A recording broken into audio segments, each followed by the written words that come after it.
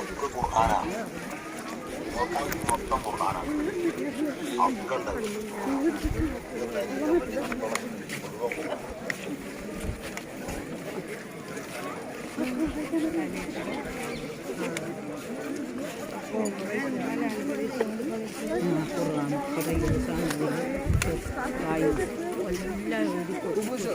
എല്ലാം പഠിച്ചിട്ടാണ് സ്റ്റാൻഡേർഡ് കിട്ടുന്നത്.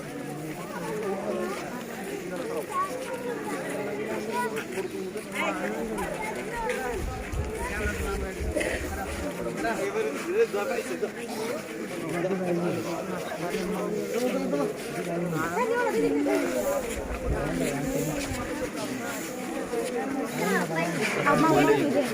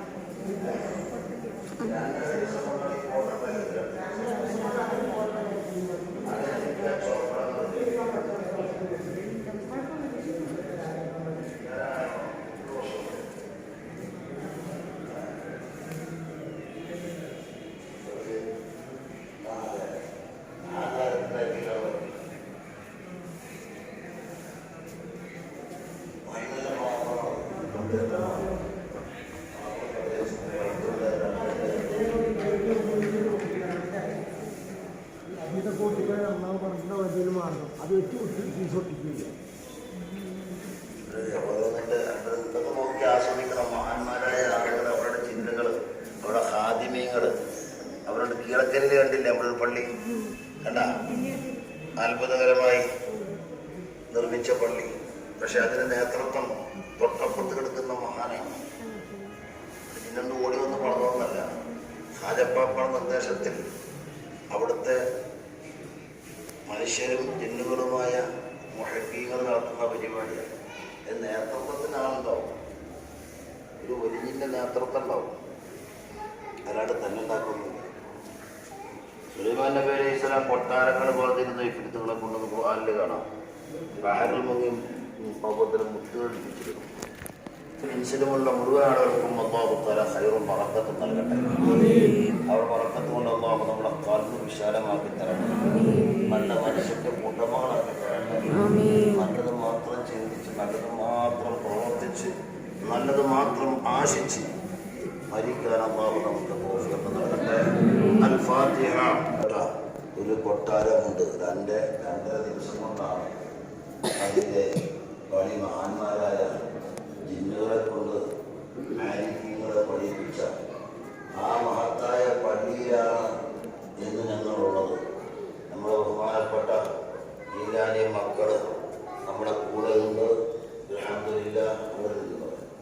അല്ലാഹു തആല നമ്മുടെ യാത്ര കബൂൽ ചെയ്യുമാറാവട്ടെ. പൊരുത്തവും വാങ്ങി അവൻ്റെ പൊരുത്തത്തിലായി ജീവിച്ച് മരിക്കാൻ അല്ലാഹുവേ ഞങ്ങൾക്ക് തൗഫീഖ് നൽകണേ റഹ്മാൻ. തൗഫീഖ് നൽകണേ. തൗഫീഖ് നൽകണേ.